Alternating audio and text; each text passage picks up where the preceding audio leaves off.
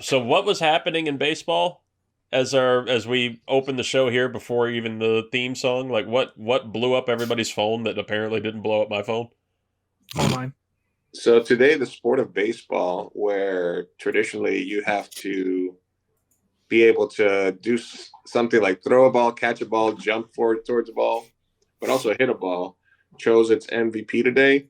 And they went strictly with hit the ball as their primary objective because Aaron Judge and Shohei Ohtani won unanimously in the MVP ballot. And you follow baseball, you'll remember not even that far ago, David Ortiz, who was primarily a DH, got passed over in 2013 because he was primarily a DH.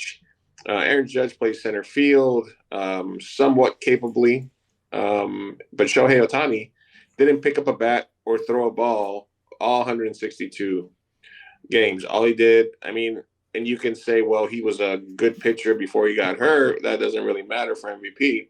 And they passed over a silver slugger, shortstop, led his team from down 11 games, multiple losing streaks, out of it midseason, became the hottest team, came within 2 wins of getting to the World Series against their Dodgers in Francisco Lindor, um, who didn't even give, who, I mean, we all knew that Shohei was going to win unanimously. He broke a lot of records. He's a modern day Babe Ruth, but he didn't throw a baseball. He didn't throw a baseball. He didn't catch a baseball.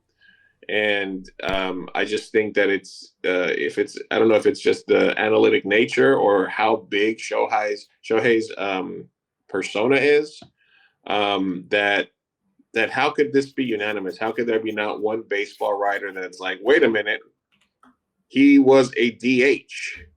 He is just the best hitter. He's the best DH. I don't know if I would have put him as MVP over somebody like Francisco Lindor who led his team. So to me, it was going to happen no matter what. There's nothing that I could do or say that would have made Francisco Lindor MVP, even though I think he was more valuable to the Mets than Shohei was to the Dodgers. But that it was unanimous, that not one person gave a dissenting opinion on what a baseball MVP should be. You know, that's like if they gave the NFL MVP I don't know to offensive coordinator or like I don't know kicker or something. I don't know. I don't think there's a football equivalent really here. But what do you guys think in terms of an MVP that doesn't do the fielding, the athletic stuff, strictly a stat-driven MVP award? I think every MVP is just a celebrity award. Whoever brings in the most name, captures the most attention, something you can write articles about. I don't think it ever comes down to actually players and what they're capable of doing. I'm kind of the same, and I'm with you on. There was no way Ohtani wasn't winning. Like Yeah. anybody could have done anything else, and Ohtani's still going to win that award. And it's scary because with him, like that was probably like Lindor's window to get that because Ohtani's. I mean, I think he's supposed to be available to pitch again next season. He could double up. He could be MVP and Cy Young. Right. Mm. And like it's gonna get harder and harder. I don't know what the latest is with Soto, but the Dodgers are apparently in talks with, or they're trying to meet with Juan Soto. So who fucking knows what's going to happen if that offense will just get crazier and crazier for him. I mean, I don't think Soto wants deferred money, is what I've been hearing.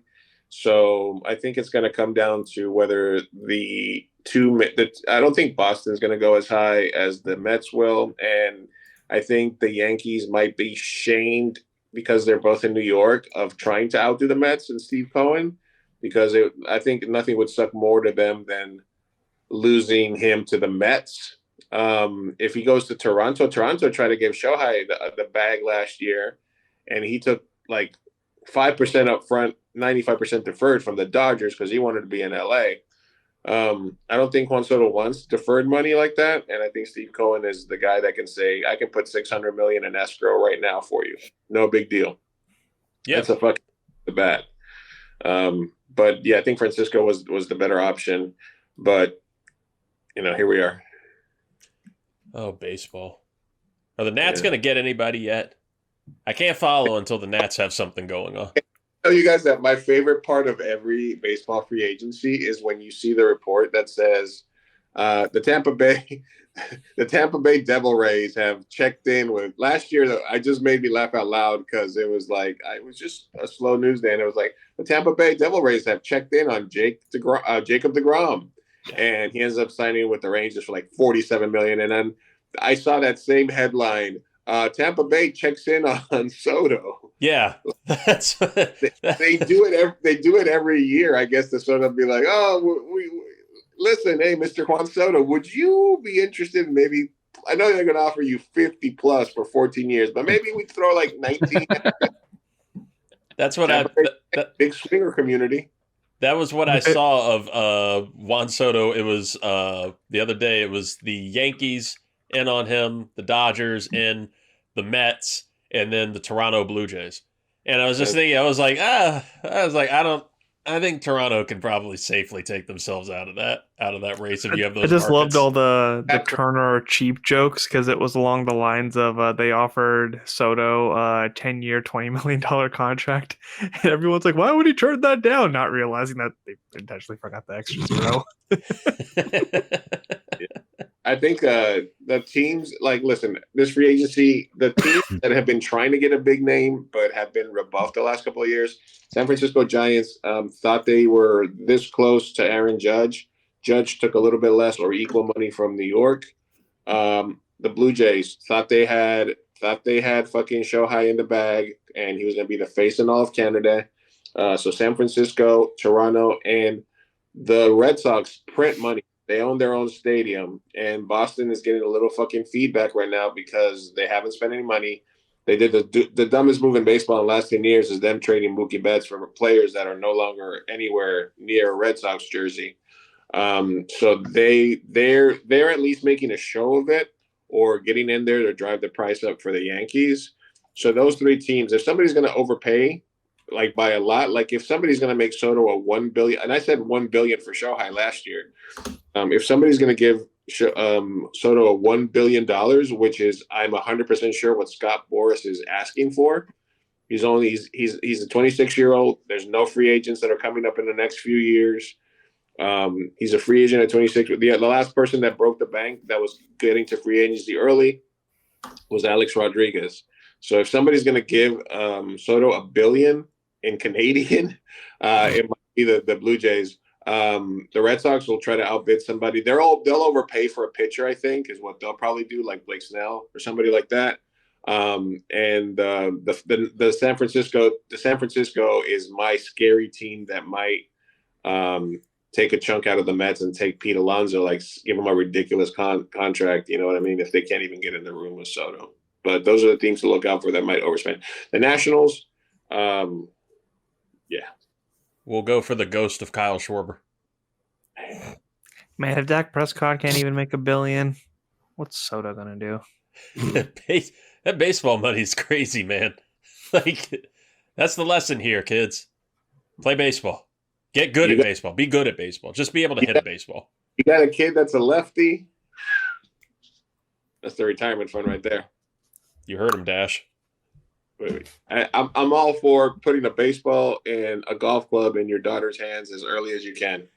There's that money out there. Get that bag, Queen. Mm-hmm. Hey, did you guys see somebody had the same exact take as me and lowering the fucking rim? I think it was Shaq said it. They should lower the rim for the WNBA. I forgot what it was. I saw a video, but hey, shout out to Inside the NBA. They get to live. They get to continue to live. They moved to ESPN. Thanks, ESPN. I know. As long as they keep Stephen A. Smith and Kendrick Perkins' dumbass away from that show, I think we'll be happy. Did Charles unretire now? He's been threatening retirement for years. All right, he's just one of those old heads that you see on any job site who's like, "This is gonna be my last year. I'm gonna be gone." He's just always there. You'll go over this shit. They live to complain. They get paid to complain. That's true.